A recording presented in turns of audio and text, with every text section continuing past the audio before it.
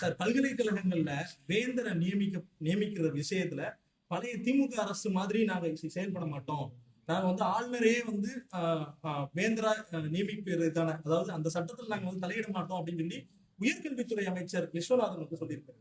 உங்க நிலைப்பாடு என்ன சார்? இது அரசுடைய நிலைப்பாடு. அது பார்க்கலாம், என்ன பண்றாங்கன்னு பார்த்துட்டு இருக்கலாம். எங்களுக்கு வேண்டியது அந்த கிட்டத்தட்ட ஒரு 5 பல்கலைக்கழகங்கள்ல வேந்தர் கிடையாது, ஒரு நிரந்தரமான வேந்தர் கிடையாது. இப்ப சில இதுல வந்து ரெஜிஸ்டார் தான் அவர் வந்து அந்த செயல்பட்டு. இது வந்து இப்போ அண்ணா பல்கலைக்கழகம் எடுத்துக்கோங்க, இப்படி போன்ற பெரிய பல்கலைக்கழகங்கள்ல வந்து நிலையான ஒரு வேந்தர் கிடையாது. அப்படி அது உடனடியாக யாராவது நியமனம் பண்ணி அந்த நிர்வாகம் செய்யணும். இல்ல, அதுக்கு ரவிக்குமார் எம்பி கடும் கண்டனம் தெரிவிச்சிருக்கிறாரு. நாங்க இவ்வளவு நாளா போராடி பெற்ற அந்த சட்டத்தை வந்து உடனே உடைக்கிறதா அப்படின்னு. ரவிக்குமார் வந்து திமுக கூட்டணியில இருந்தாரு, அப்ப திமுக நிலைப்பாடு தான் எடுத்துப்பாரு. சார், இப்ப கூட்டணி அரசாங்கத்துல இருக்காரு, இருக்கட்டும். ஆனாலும் அவருடைய இப்ப எப்படின்னா, அவர் தான் மாப்பிள்ள, அவர் போட்டுக்கிற சட்டம் என்னது அப்படிதான் இருக்குது.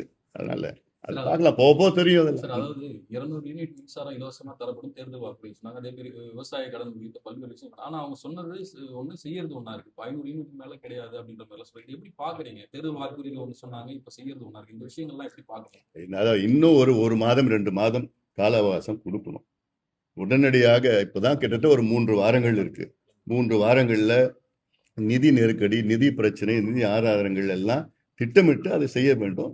இன்னும் ஒரு மாதம் 2 மாதத்துல இவங்கெல்லாம் செய்யல, தேர்தல் வாக்குறுதி எல்லாம் நிறைவேற்றலைன்னா அதுக்கு பிறகு நீங்க மட்டும் இல்லை, நாங்களும் நிச்சயமா கேட்போம். கேட்டு நாங்க, ஏன்னா மக்கள் பிரச்சனைகள், அவங்க வாக்குறுதி கொடுத்துருக்குறாங்க. வாக்குறுதி கொடுத்து கொஞ்சம், இப்ப திமுகவில் 505 வாக்குறுதிகள் கொடுத்தாங்க 2021. இந்த 5 ஆண்டு காலத்துல வெறும் 66 தான் முழுமையா நிறைவேற்றிருக்கிறாங்க, மற்றதெல்லாம் நிறைவேற்றல. அதனால இவங்களுக்கு கொஞ்சம் காலம் கொடுங்க சார். ஃப்ளோர் டெஸ்ட்ல வந்து சபாநாயகருடைய செயல்பாடு, குறிப்பாக வந்து கட்சி தாவல் விதியில 25 பேர் ஈடுபட்டாங்க. அவங்கள தகுதி நீக்கம் செய்யாம அவர் வந்து ராஜினாமா பண்றவங்க உடனே வாங்குறாரு சபாநாயகர். இது நீங்க எப்படி பாக்குறீங்க? அது நம்ம இன்னும் ஒரு 3 மாதம் இருக்கு. சபாநாயகர் வந்து 3 மாதத்துக்குள் இந்த முடிவுலாம் எடுக்கணும்.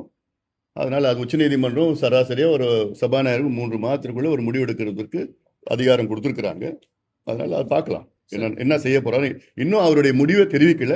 முடிவை தெரிவித்தவுடன் அதுக்கப்புறம் ஃபர்ஸ்ட் ஃப்ளோர்ல வந்து ராஜினாமா பண்றாங்க, செகண்ட் ஃப்ளோர்ல வந்து கட்சியில இணைய சட்டசபையே வந்து கட்சி ஆபீஸா மாத்துறாங்கன்னு ஒரு விமர்சனம். இதுதான் நான் இப்பதான் அதை பத்தி தான் இப்பதான் பேசினேன் நான். இது தவறு. இது இப்படிலாம் ஒரு தேர்வு செய்யப்பட்ட ஒரு சட்டமன்ற உறுப்பினர்களை ராஜினாமா செய்து அது 10 நிமிடத்துல இவங்க கட்சியில இணைத்துக் கொள்வது, இது மீண்டும் சொல்ல, இது ஜனநாயக படுகொலை, இது ஒரு மோசடி செயல். தொடர்ச்சியா தமிழகத்துக்கு அந்த கல்வி நிதி வந்து மத்திய அரசு தராம மறுக்கிறாங்க. நீங்க என்டிஏ கூட்டணியில இருக்கீங்க, இந்த விஷயத்துல உங்களோட கருத்து என்ன? இதுல என்னன்னா, அதுல வந்து மும்மொழி கொள்கை வேணும், அதுக்கு செய்தாதான் வந்து நாங்க நிதி கொடுப்போம்லாம் அதெல்லாம் சொல்லியிருக்கிறாங்க. தமிழ்நாடு வந்து இருமொழி கொள்கை, அதில் வந்து நிர்பந்தம் செய்யக்கூடாது, கட்டாயப்படுத்தக்கூடாது, ஆனாலும் நிதி கொடுக்கணும். இந்த ஒரு வரைமுறைகள் வந்து அது தவிர்க்க வேண்டும். தமிழ்நாட்டுக்கு தவிர்க்கணும், பொதுவாக தவிர்க்கலாம். அதில் இது ஏதோ ஒன்று நீங்கள் வந்து 3 மொழி நீங்கள் கடைபிடித்தால்தான் நாங்கள் நிதி கொடுப்போம்னா அது தவறுதலான ஒரு நிச்சயமா நாங்கள் கடந்த காலத்திலே இதை கண்டிச்சிருக்கிறோம், நாங்கள் அழுத்தம் கொடுத்துட்டு தான் இருக்கிறோம். அது திமுக அதிமுக கூட்டணி ஆட்சி அமைக்கிறதுக்காக கூட்டணி விட்டு வெளியே வந்தோம்னு சொல்லிட்டு விசிக தலைவர் திருமாவளவன் சொல்லியிருக்காரு. அதே போல ஆதரவு விமர்சனம் பண்ணியிருக்காரு. இது உண்மைதான் சார்? திமுக அதிமுக பேசுறது இந்த எம்எல்ஏக்களே அதான் சொல்லிட்டு வெளியே வந்திருக்காங்க. எங்களுக்கு தெரியலைங்க.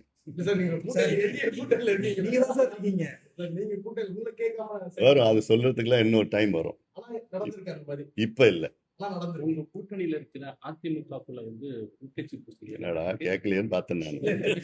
எப்படி பாக்குறீங்க? இதை எப்படி பாக்குறீங்க? உங்க கூட்டணியில இருக்கிற அதிமுகக்குள் உட்கட்சி பூசல் ஏற்பட்டிருக்கு, இதை எப்படி பாக்குறீங்க? ஏதாவது நீங்க பேசினீங்களா எடப்பாடி கிட்ட? அது வந்து அது அவர்களுடைய உட்கட்சி பிரச்சனையில நாங்க எதுவும் தலையிடல. எங்களோட நோக்கம் வந்து ஒரு கட்சி என்பது ஒரு கிட்டத்தட்ட ஒரு 60-70 ஆண்டு காலமாக ஒரு இயக்கமாக இருக்கின்ற கட்சி நன்றாக இருக்க வேண்டும், நன்றாக செயல்பட வேண்டும், ஒற்றுமையாக இருக்க வேண்டும். அதுதான் எங்களுடைய எண்ணம். ஃப்ளோர் டெஸ்ட்ல பாமக எதுக்காக நடுநிலை வகித்தது? எதிர்த்து வாக்களிச்சிருக்கலாம். ஏன் எதிர்க்கணும்? ஏன் ஆதரவு கொடுக்கணும்? ஏன் நடுநிலை வகிக்கணும்?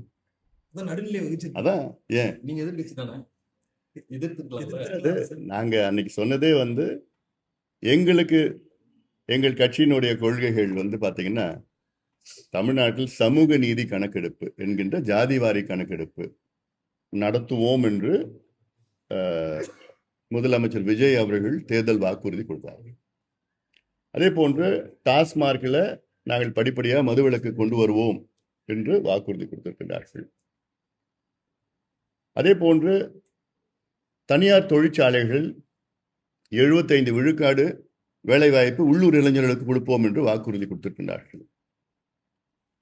அதே போன்று இந்த மணல் கொள்ளையை தடுப்போம், கனிம வள கொள்ளையை தடுப்போம், விவசாயத்திற்கு ஒரு குவிண்டால் நெல்லுக்கு 3500 ரூபாய் கொடுப்போம், இப்படியெல்லாம் பல வாக்குறுதி கொடுத்திருக்கிறார்கள். அத்தனை வாக்குறுதியிலும் பாமக கொடுத்த வாக்குறுதி எங்களுக்கு வந்து தமிழ்நாடு மக்கள் பயன்பெற வேண்டும். சும்மா கண்மூடித்தனமாக நாங்கள் எதிர்க்க மாட்டோம், அதே நேரத்தில் கண்மூடித்தனமாக நாங்கள் ஆதரவு கொடுக்க மாட்டோம். அதனால்தான் நடுநிலையான ஒரு போக்கை நாங்கள் கடைபிடித்தோம். சரி, இறுதியா ஒரு எஸ்பி வேலுமணி தற்போது அவர் ஆதரவாளருடன் EPS உடன் இணைந்திருக்காரு. எஸ்பி வேலுமணி அப்படியா? அவர் ஆதரவாளர் எனக்கு தெரியல. இப்ப இணைந்திருக்காரு. அப்படியா? இது எப்படி சார் கூட்டணி கட்சி? நல்லதுதான் அவங்க கட்சிக்கு நல்லது. CV சண்முகம் திண்டிவனத்தை சேர்ந்தவர்களும் அவங்க சேரலாம். இதெல்லாம் எனக்கு தெரியும், நீங்க சொல்லிதான் எனக்கு தெரியுது. எனக்கு அது அவங்க அது மீண்டும் சொல்றேன், அது அவங்களுடைய உட்கட்சி பிரச்சனை. அதுல நாங்க யாருமே தலையிட கூடாது, தலையிடவும் முடியாது.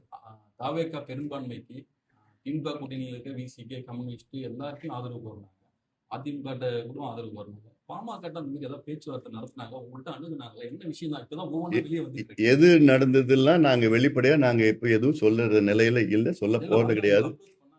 அதுல இப்ப எதுவும் நான் சொல்ல மாட்டேன்.